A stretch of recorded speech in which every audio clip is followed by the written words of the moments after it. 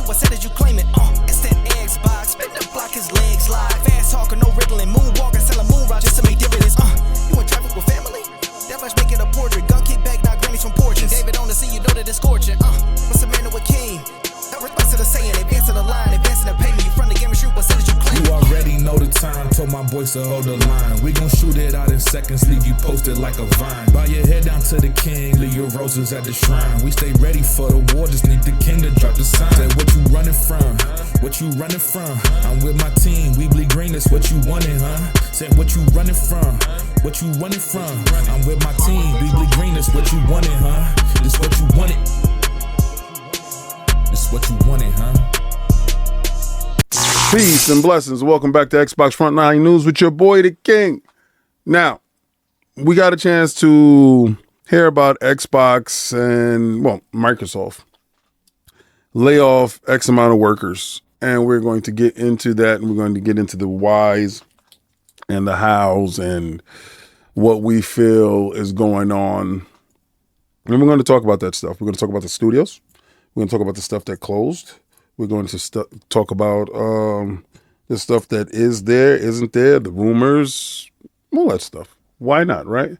Because at the end of the day, this stuff affects us as gamers, especially if you as a gamer have a particular interest in a title that maybe you were wondering what is going on with that title if you haven't heard anything from that title, right? So let me tell you something.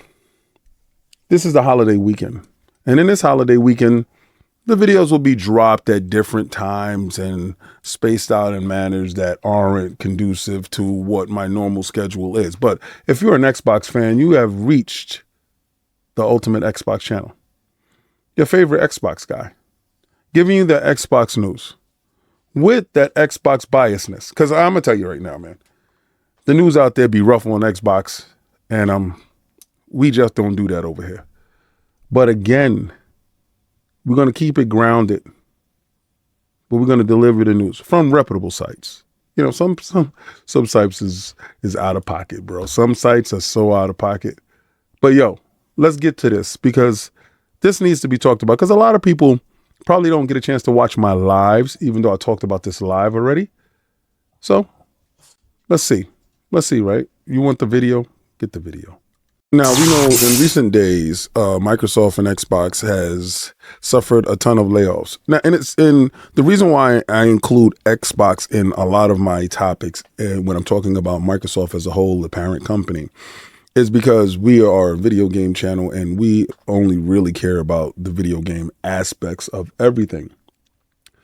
Microsoft's largest layoff in years hits Xbox, sales, and other divisions. Now, as far as the video games go, we're going to go into the individual titles in which these layoffs actually affect us as gamers.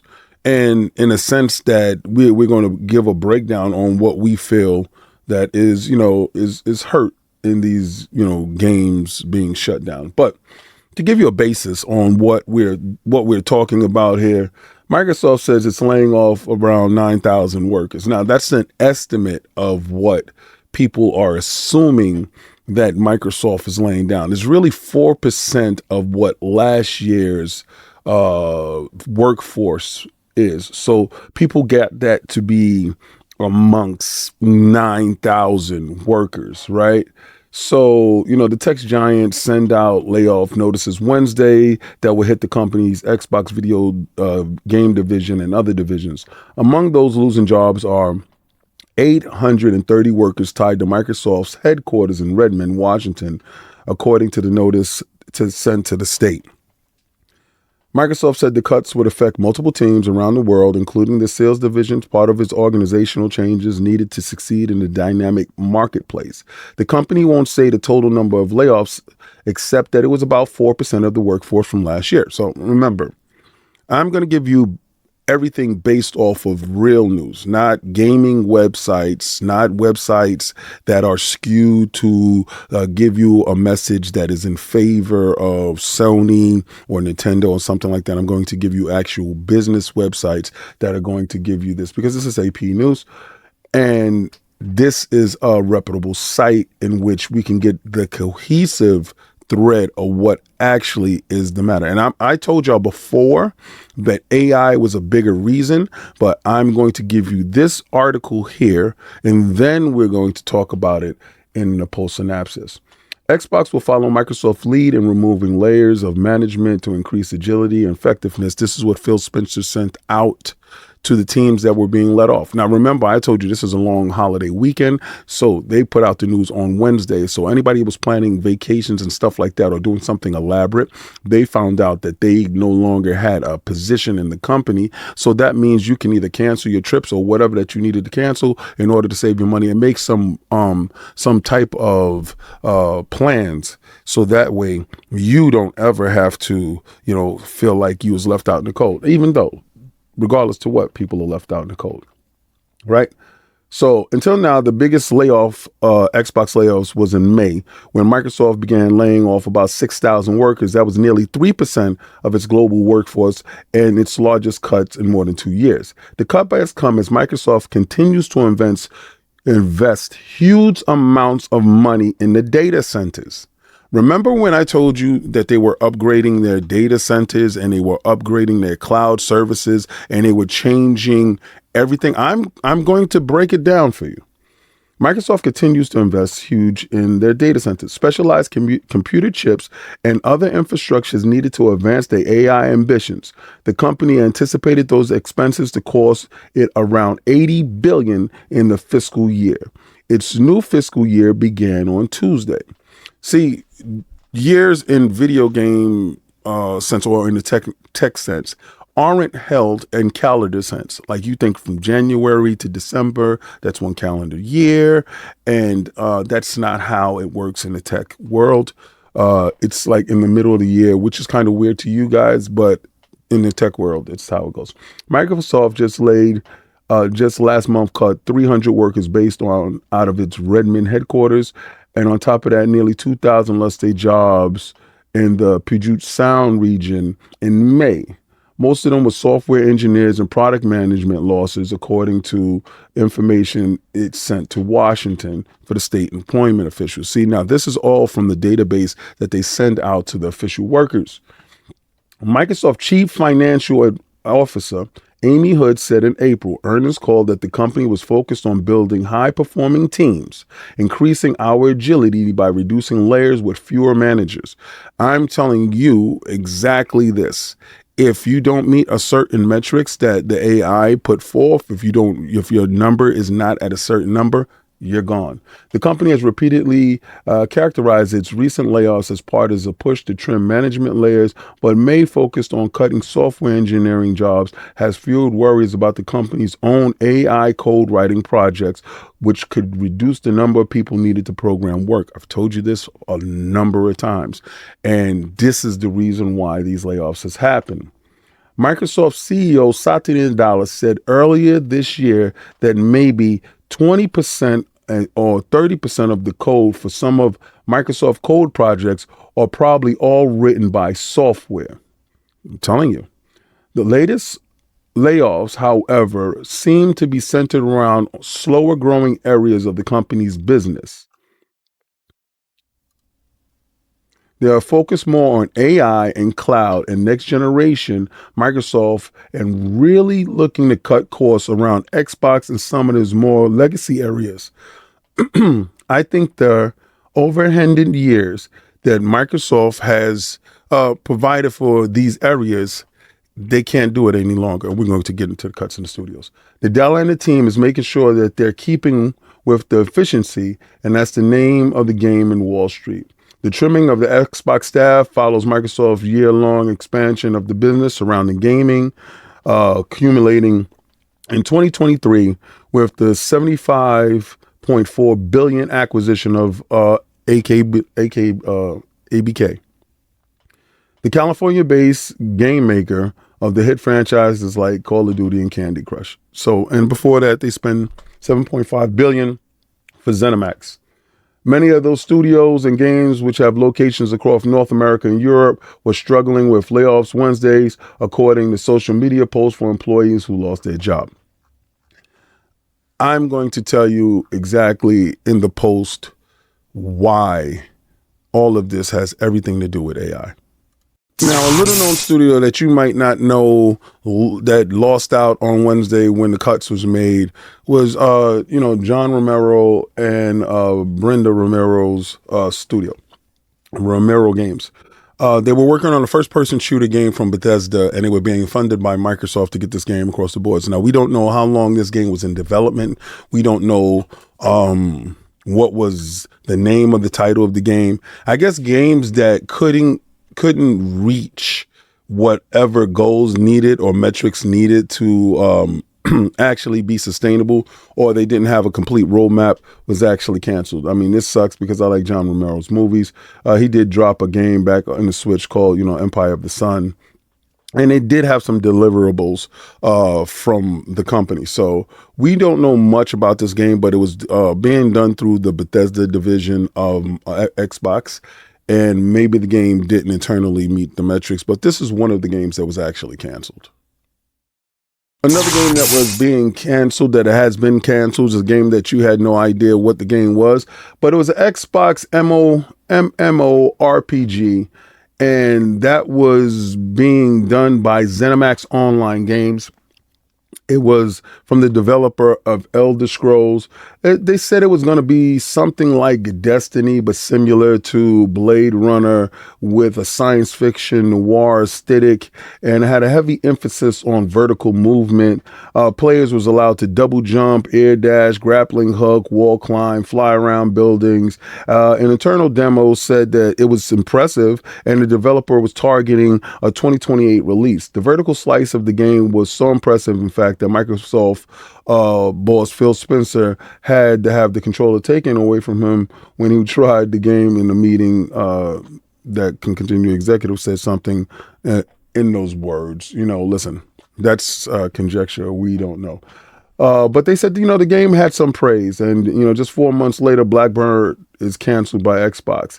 The staff wasn't given an explanation for the reason why Blackbird was canceled. It was set to be an expensive project, and Xbox may be seeing it as too risky, Jason Schreier says. It's a new franchise and a live service game entering an oversaturated market during a time when many other live service titles have flopped. The team was also building a brand new engine for the game while making it, have a ton of challenges. I see the common thread here. Jason Schreier continues his piece of the following: canceled video games are easily to glamorize. They always exist in the crystallized state, preserved in our imaginations without any flaws and controversies that will arrive upon release. But for people who saw and played Blackburn, that's they said, this one was pretty decent. We got to figure that out. Everybody remembers the game OD that Kojima showed on stage that was coming to the Xbox platform. Now, there's a rumor out there that maybe that game does not come to the platform. It was him, Jordan Peele on the stage, and conversely, they talked about many different directors being involved with Kojima and bringing this game to fruition. Now, it had some new technology that it was supposed to be using that Kojima was interested in, and the Xbox platform seemed like an unlikely pair for this to happen, but it, sent reverberations throughout the industry because Kojima is a highly touted developer. And me playing right now, I'm playing Death Stranding 1, understanding that, his and I've played all of Kojima's games that was released to date, except for Death Stranding 2.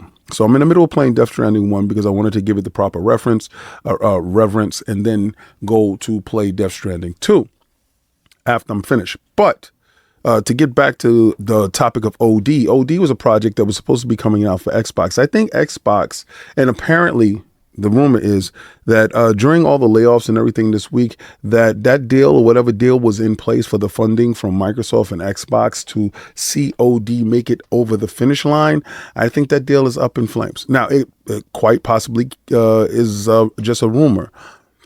But it's looking like further out projects that don't have a timeline to deliver and will no longer be funded in the normal fashion. Based on the current conditions and climate in the industry, companies that are trimming the fat and kind of holding other companies that are making games as far as per diem work that they might not own the licensee or the IP are being looked at favorably, right? When you can get rid of internal titles that you own the IP to, I think the outside titles are no longer being funded, money hatted, or endorsed. So what was good yesterday is no longer good today. And this is quite possibly just a rumor. All right. So take it with a grain of salt. But everybody saw that time when he came to the Game Awards and was on stage. So again, maybe not. Until it's official, it's not, right? But this is the rumor section in this video. So all of this stuff is about rumors and possibilities and game cancellations that may or may never have saw the light of day. Now, if anybody got a chance to watch the summer Xbox game showcase, right? The June showcase. If anybody got a chance to watch the June showcase, remember when I was saying that it was like a 6 months thing and a lot of those games are actually going to be coming out very soon and very recent. And, you know, that I thought they went back to that 6 months, 12 months roadmap type of thing. Well, apparently the news has came out since all the firings and closures. There's only one closure. So the firings, closure of a studio, and cancellation of multiple games, be it fictitious or be it a reality. Some of them were, some of them we heard could be. Microsoft insists every game shown at its Xbox showcase in June is safe. But what were to happen with the no-shows? A lot of people said a lot of games was conspicuously not there. So those games that were not shown, those games that weren't there, those games that people asked for, because I personally asked for Fable, Perfect Dark, Everwild, and I thought I would see a new Forza. This was the time when you would get either the Forza Horizon 6 or something of that nature. Now, that's not to say that games that weren't shown are all canceled. They didn't show Halo, but Halo's coming. And again, I always tell you, where there's smoke, there's fire.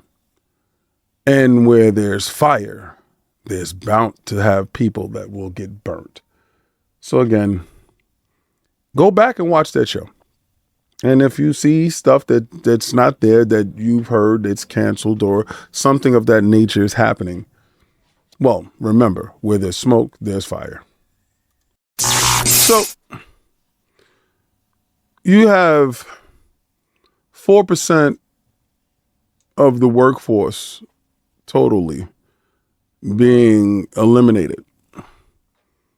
When I'm saying being eliminated, I don't believe those jobs ever come back based off of what I'm being told, right? And what I'm being told is a lot of this has everything to do with the infrastructure being built out for the upcoming AI cloud wars, right? So a lot of times, you know, we always got to remember that Microsoft is a larger company, one of the largest companies in the world, right? So with a $3 trillion war chest and advances in money, which is insane, and a projected estimate to be a $5 trillion company in the next coming months, the 18 months going forward, you really have to look at what are their priorities.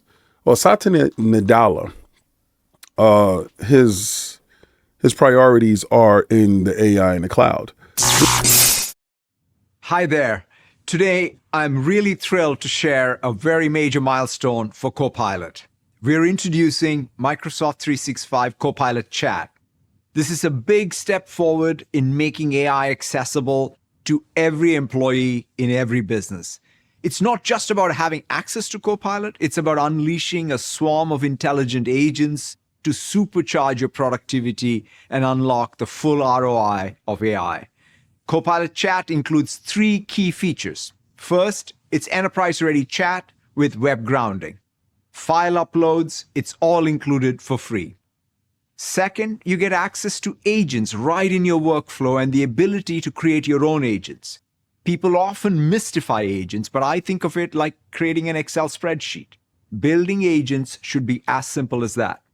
And finally, enterprise-grade security, privacy, compliance, and management. At its core, AI empowers you to ideate, to create, and to achieve your business goals. It gives each of us more leverage and more agency while freeing us from the drudgery of repetitive tasks. For me, Copilot has become a daily habit that's reshaping how I work and my workflow. I'm constantly querying it to find and unlock all the tacit knowledge across Microsoft and the web. With Copilot, I can ideate with AI and collaborate with people. And with agents, I can streamline all of the various workflows I participate in. Now imagine the impact when every employee in your organization can do the same.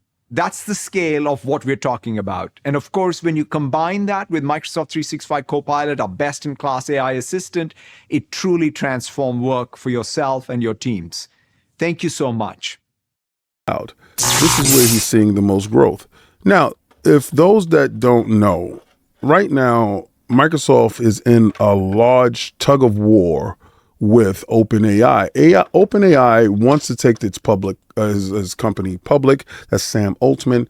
If anybody remembers the whole Sam Altman, OpenAI, Microsoft saga, it started when Sam Altman had a revolt over at his company at OpenAI.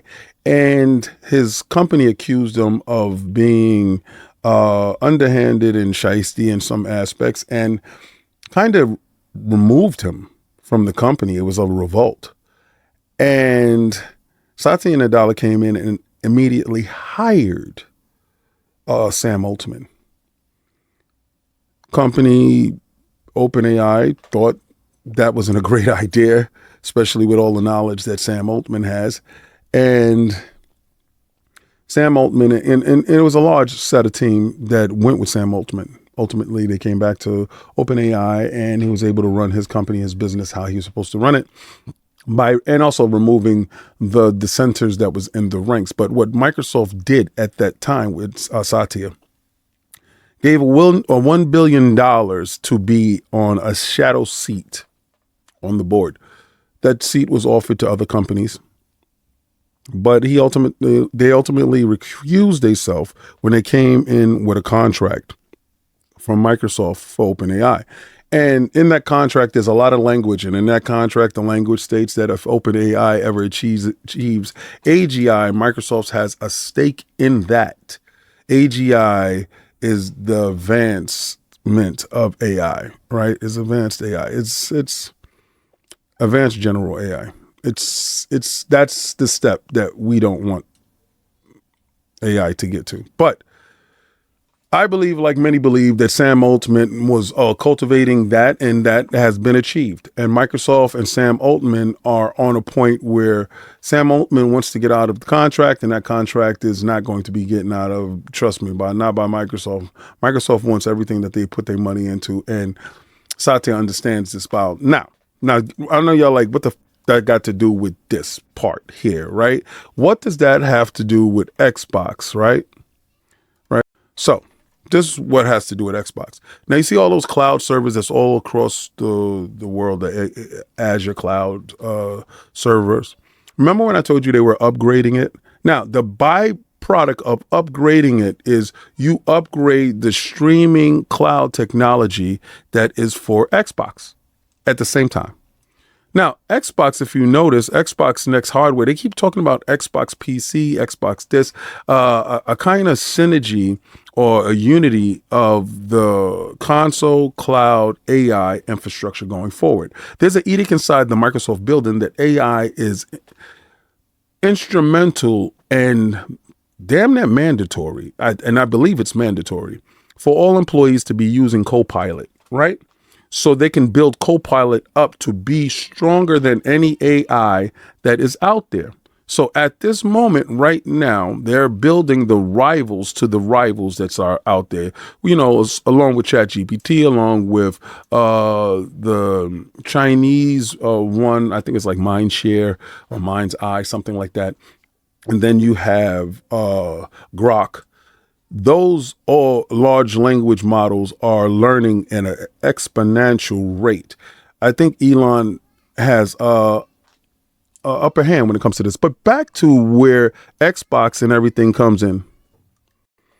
Xbox console is going to be the bridge in which the cloud, the AI, and getting AI into the living room and into the hands of everybody really matters. Now, I know you're going to say, well, they could do that with their cell phone. They could do that with Copilot. They could do that with Windows. They need to really push everybody off of Windows 10 to Windows 11 before the launch of Windows 12.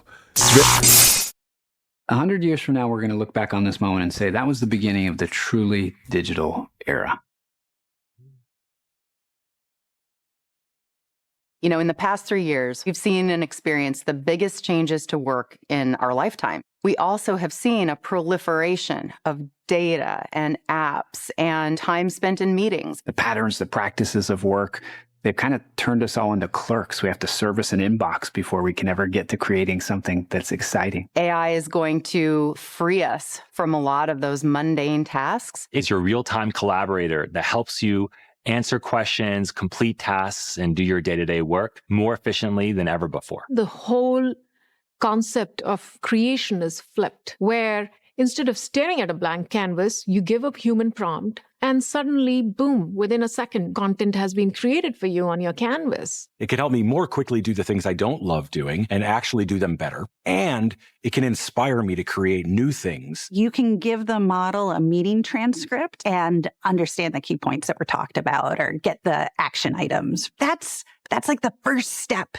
in your conversation with it. It makes it so you can run your operations more efficiently, improve your employee experience. It makes it so you can improve the customer experience. Those three things define just about every business on earth. And this AI improves all three dimensions. You're able to use this AI to reason over all the information that you work with in a very private, trusted, and responsible way. It's not just a new way of doing the old things. It's an entirely new way of thinking about work. And really, it's a way of thinking about work that will bring the joy back into it for everyone. The AI push and AI initiative has been held back. I remember last year, September, the big push from Microsoft was to every computer was to have a button and on the keyboard. They patented this and everything. It was supposed to have an AI button that you hit that button and your AI agent pops up. They're still working through those hurdles. But what they can do is they can have their proprietary hardware that they can get out to everybody that actually has this level of technology in it. Remember when I was telling you about Copilot and they're going to have a companion buddy with you? And that companion buddy will learn all your stuff, right? It will learn how you game. You can ask it questions. You can do that. Now, some of that stuff is in beta right now on your cell phone and inside your Xbox for a lot of guys that's in the background. Now, updating the cloud service infrastructure. That means every server around the world needs to be updated. Remember that $80 billion when Microsoft had the money to go for acquisitions, the next acquisitions? They're lucky. They're lucky they got ZeniMax, and they're lucky they got ABK deal done. That took that war chest money out. Okay, good. Now you got to start getting money back in. Now, getting money back in, they still got every year, they got $80 billion to spend. Well, this $80 billion was spent on building the cloud servers and stuff like that up. That's why you haven't seen any more acquisitions over at Xbox and Microsoft as a whole. So they're building up the infrastructure for the AI, right? Because the larger the language model, the servers have to be more robust. They take up a bunch of energy. It's a ton, right? Anyway. Xbox. They need to make cuts structurally wise throughout the whole company. They set this forth, this AI, and it says, where can you make cuts and where can it be the most beneficial? Copilot UI for AI. You can extend Copilot with any agent you build. These agents are really grounded in a rich set of data sources, starting with, in fact, the database that contains all your office information. Who are my colleagues on this project? What documents are there related to a particular team or a project? What is the relationships between all of these documents and people and projects? We are taking the next big step in the AI platform with the announcement around autonomous agents that you can create. Now for McKinsey, client experience is literally everything. An email comes in and the agent springs into action.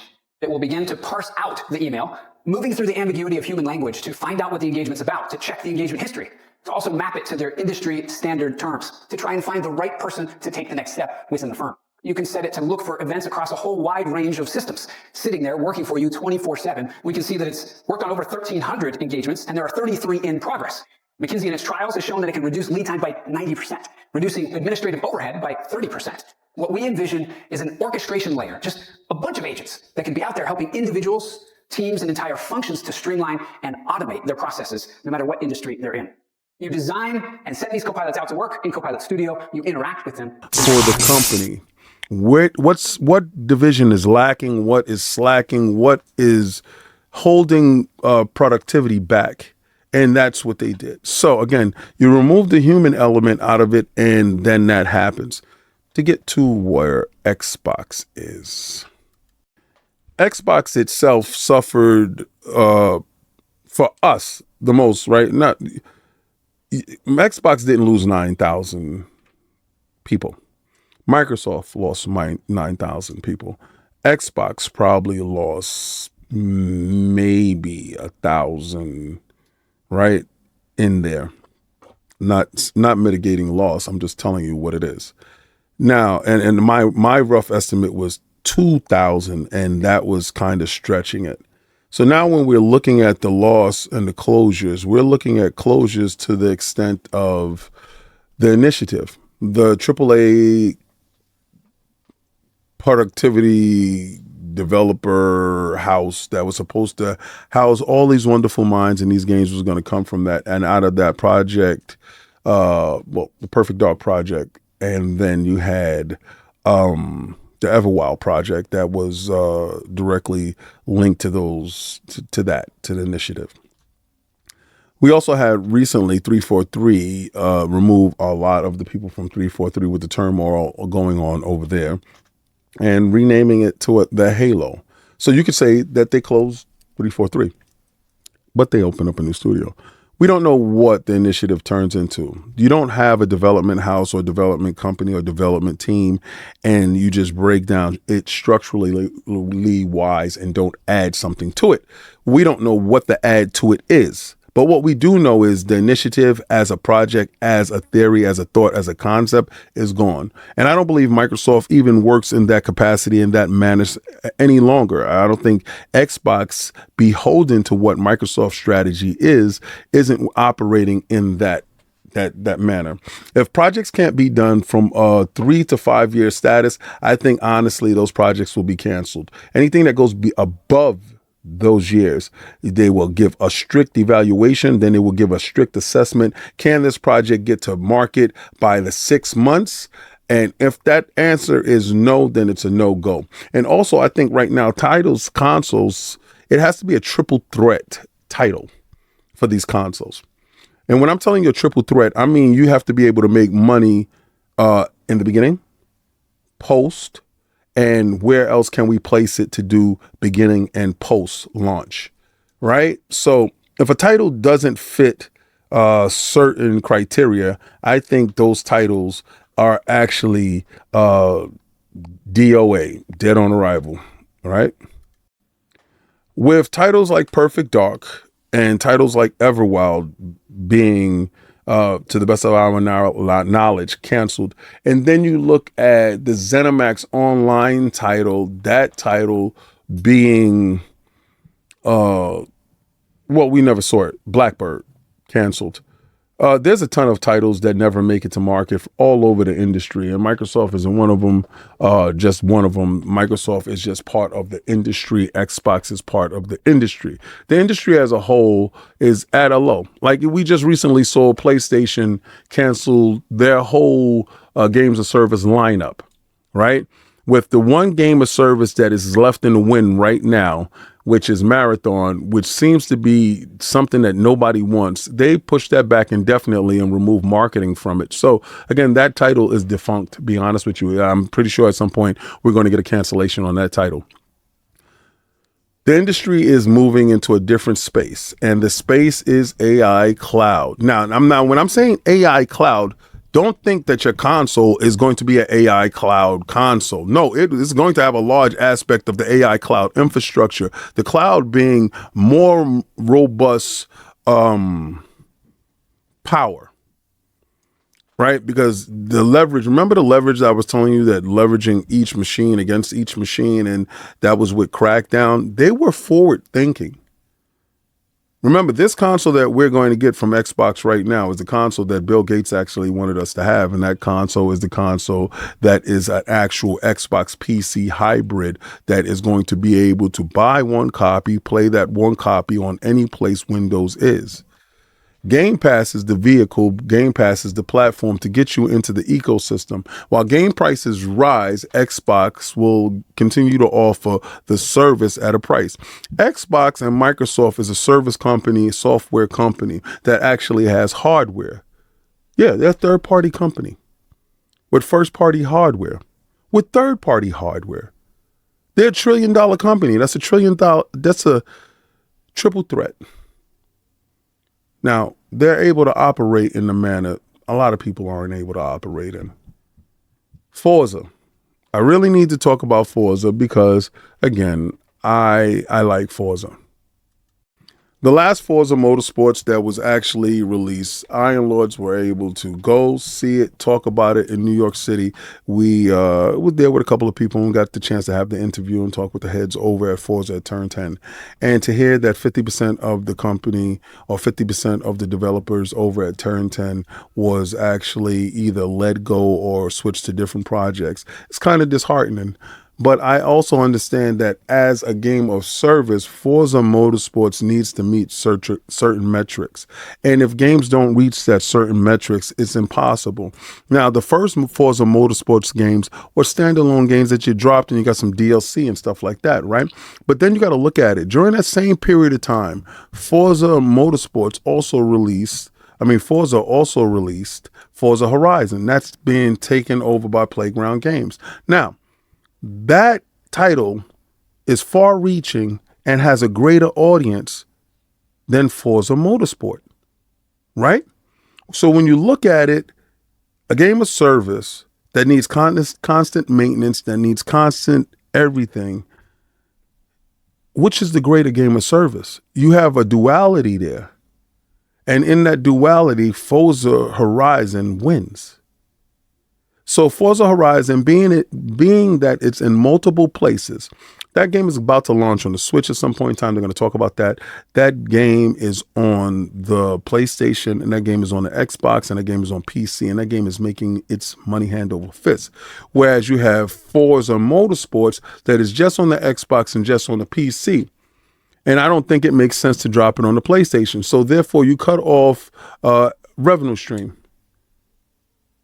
The times are strange and the times are different. Now, this is a sobering thought for all. Some game closures, some games cancellations are going to affect some more than others.